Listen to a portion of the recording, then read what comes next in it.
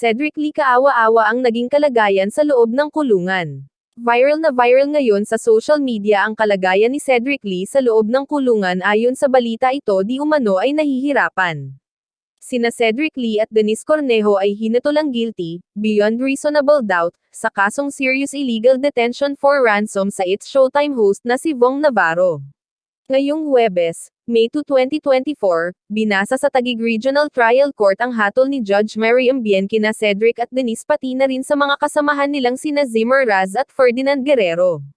Inutos din ng korte ang pag-aresto sa mga akusado para sa parusang reclusion perpetua o habang buhay na pagkakakulong.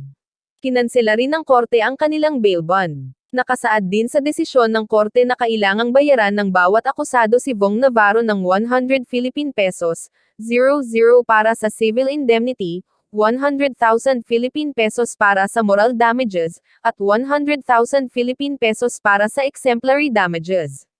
Maaari pa rin nilang iapela ang desisyon ng korte. 10 taon na ang nakararaan mula nang maganap ang insidenteng pambubugbog, paggapos, pananakot, panganguwalta, at pagdetena kay Vong sa condo unit ni Denise sa Taguig City, noong gabi ng January 22, 2014. Noong gabing iyon, kinuna ng video si Vong na nagsasabing siya ay, nang rape, ng kanyang kaibigan. Kita sa video ang private part ni Vong pati ang kanyang mukha. Sa pilitang sumunod si Vong dahil tinutukan siya ng baril. Nakasaad sa 74 na page decision ni Judge Bien na ginamit ng grupo ni Cedric ang video pang blackmail kay Vong. Sinubukang hinga ni Cedric si Vong ng 200,000 Philippine pesos hanggang 2 million Philippine pesos para hindi ilabas ang naturang video. Noong panahong iyon ay pumayag magbigay si Vong ng 1 million Philippine pesos sa takot sa banta ng mga akusado na papatayin siya at kanyang pamilya kung hindi siya sumunod sa gusto ng mga ito. Pinakawalan lamang si Vong matapos siyang ipablotter at sapilitang papirmahin ng salaysay niya na sexual na inabuso niya si Denise. Sinabi ni Cedric kay Vong na kinabukasan ibibigay sa kanya ang bank details kung daan niya idedeposito ang pera.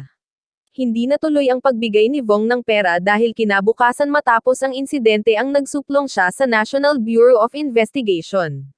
Sinabi rin ng abogado na no-show sa korte sina Cedric at Ferdinand nang ihayag para sa promulgated of judgment sa mga akusado nitong umaga ng Huwebes. Ipinag-utos ng korte na mag-issue ng warrant of arrest kay Cedric.